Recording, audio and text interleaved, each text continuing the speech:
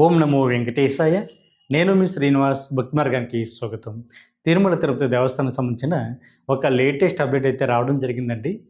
ఎవరైతే డిసెంబర్ నెలలో తిరుమల వెళ్ళే వైకుంఠ ఏకాదశి రోజున స్వామివారిని అదేవిధంగా వైకుంఠ ద్వార ప్రవేశం చేద్దామని ఆలోచిస్తున్నటువంటి శ్రీవారి భక్తులు ఎవరైతే ఉంటారో మీ అందరికీ కూడా ఒక మంచి అవకాశం అండి.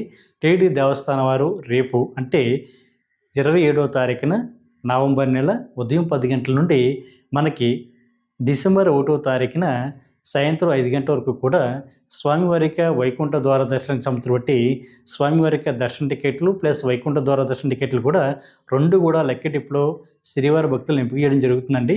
దీనికోసం ప్రతి శ్రీవారి భక్తుడు కూడా ముందుగా టీటీడీ దేవస్థానం సంబంధించి బట్టి అఫీషియల్ వెబ్సైట్ ద్వారా కానీ లేదా టీటీడీ దేవస్థానానికి సంబంధించిన అఫీషియల్ యాప్ ద్వారా కానీ లేదా ఏపీ గవర్నమెంట్కి సంబంధించి బట్టి వాట్సాప్ ద్వారా కానీ మీరు ఈ లక్కీ డిప్ కోసం రిజిస్ట్రేషన్ అయితే చేసుకోవడానికి అవకాశం ఉంటుందండి.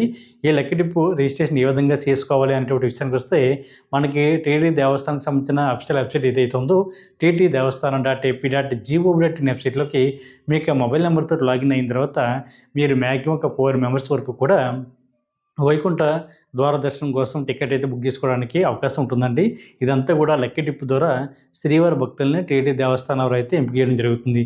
ఈ లక్కీ డిప్ సుమారుగా 5 రోజుల పాటు జరుగుతుంది కాబట్టి ఈ 5 రోజుల అనంతరం కూడా మనకి జనవరి 2వ తారీఖున మధ్యాహ్నం 2 గంటలకి ఈ లక్కీ డిప్ సంబంధించిన రిజల్ట్ అయితే రావడం జరుగుతుందండి.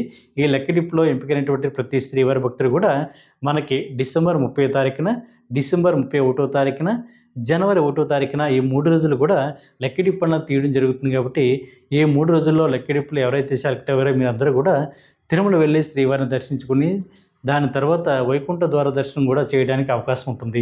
కాబట్టి ప్రతి ఒక్కరు కూడా ఈ అవకాశాన్ని వినియోగించుకొని ఈ లక్కీ డిప్లో పాల్గొనేటువంటి ప్రయత్నం చేయండి.